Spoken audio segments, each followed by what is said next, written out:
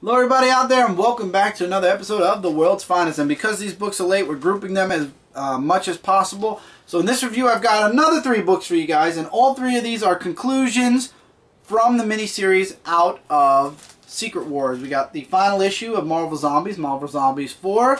We have the final issue of Civil War number 5. And we have the final issue to A-Force number 5. Let's start off with Marvel Zombies issue number 4. It turns out that Elsa Bloodstone's father in the Dead Zone has been collecting gems from the dead descendants, and I forgot whatever this guy's name is. They're stones. So his body is basically made up of all of the Bloodstones, and his quest to get Elsa's was, I believe, the final one, so he could become whole again. We find out who the little girl was, and it turns out the little girl is the reason why Elsa was drawn to her father in the Dead Zone. Elsa actually there's more flashbacks.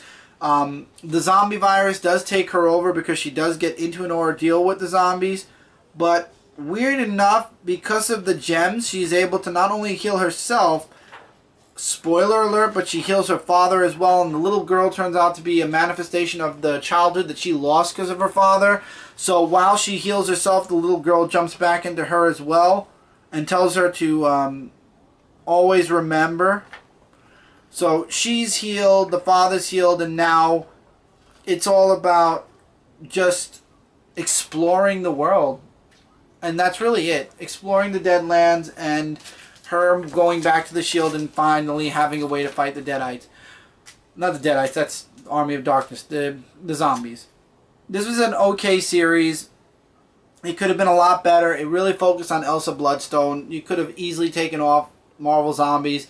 You could have called it The Shield. You could have called it Elsa Bloodstone, and it would have fit better.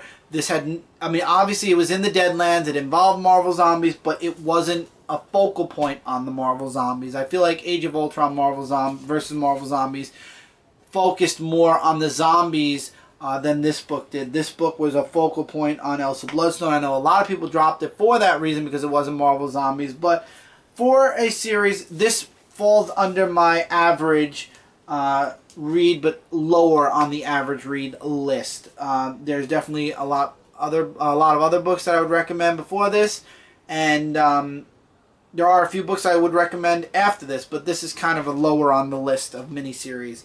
Civil War issue number 5 kind of ended. Again, this was another book that I would say is in my middle pile.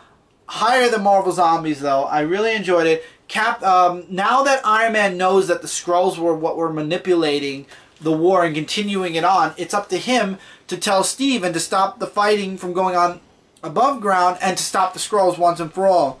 How are they going to do it? And we find out who the Hulk is in this book, by the way. Ironically, it's a spoiler alert. It's Wolverine.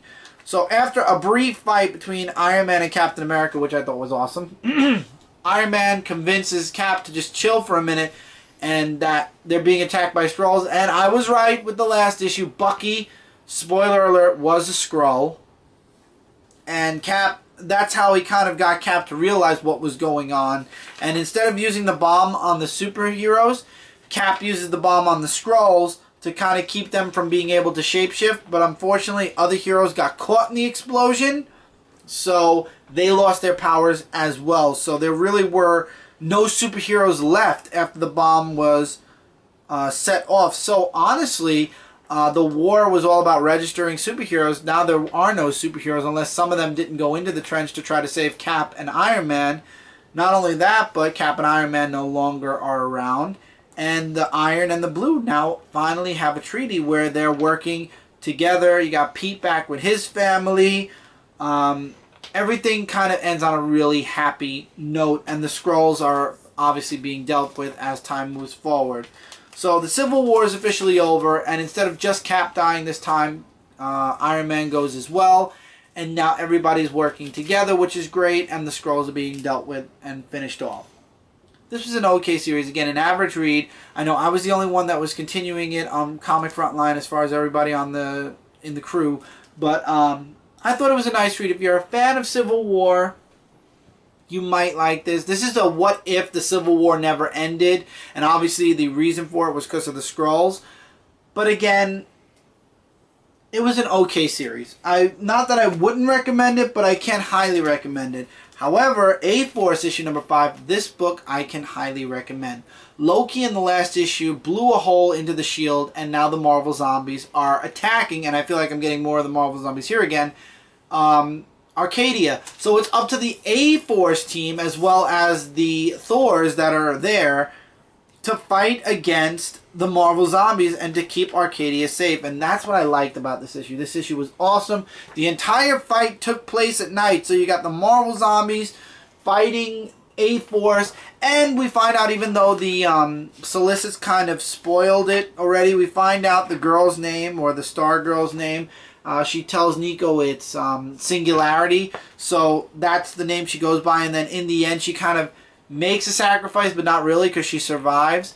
But they don't know it. She sacrifices herself to cleanse the Arcadia from all the zombies. And She-Hulk is forgiven. Loki is the one that's actually sent to the Deadlands instead, because she's pronounced the traitor. But the Thor say, consider your dead punishment for hopping, parts of Battle World. And the rest of the book is really just them cleaning up after the big fight between the Marvel Zombies. And you see that, like I said, Singularity survives, and they say A-Force reunites. Is it in December? In December. But this isn't the A-Force that Singularity is going to remember, because remember, Dazzler is different, Nico's different, Captain Marvel and She-Hulk are the same, and Medusa's kind of the same as well. So maybe she'll bring them back and she'll have memories of Battle World, but they won't, so it'll be interesting to see them form the A-Force team. I'm definitely on board for the ongoing A-Force team. This was the best book out of the 3. This book I would recommend. All 5 issues were great.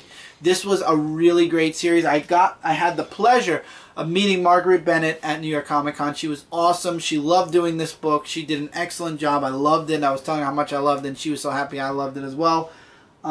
This is definitely a series that's worth reading, and if you're hesitant about A-Force in the coming months, read this miniseries and you won't be. I honestly was not going to check the series out. I did it because I got a signed issue number 1, and I'm glad I did, because this was an excellent, excellent miniseries. With that, that's it for this review, guys. Let me know in the comments below which books you liked out of the 3. If you liked all 3, if you liked 1, 2, none. Let me know in the comments below your thoughts on any of these books. Feel free. That's what the comments are for, and that's what I love the comments for. That's the way we communicate right now until I can fix up the live shows or something so that I can talk with you guys. But till then, take care, everybody. Keep reading, keep collecting. There's a bunch of links in the description connected to stuff right here on Dark Avengers C86, Comic Frontline, Zone 4 Podcast, Frontline Gaming Zone. Check them out on your spare time. So till then, guys, take care, keep reading, keep collecting, and I'll see you guys really soon in the next video.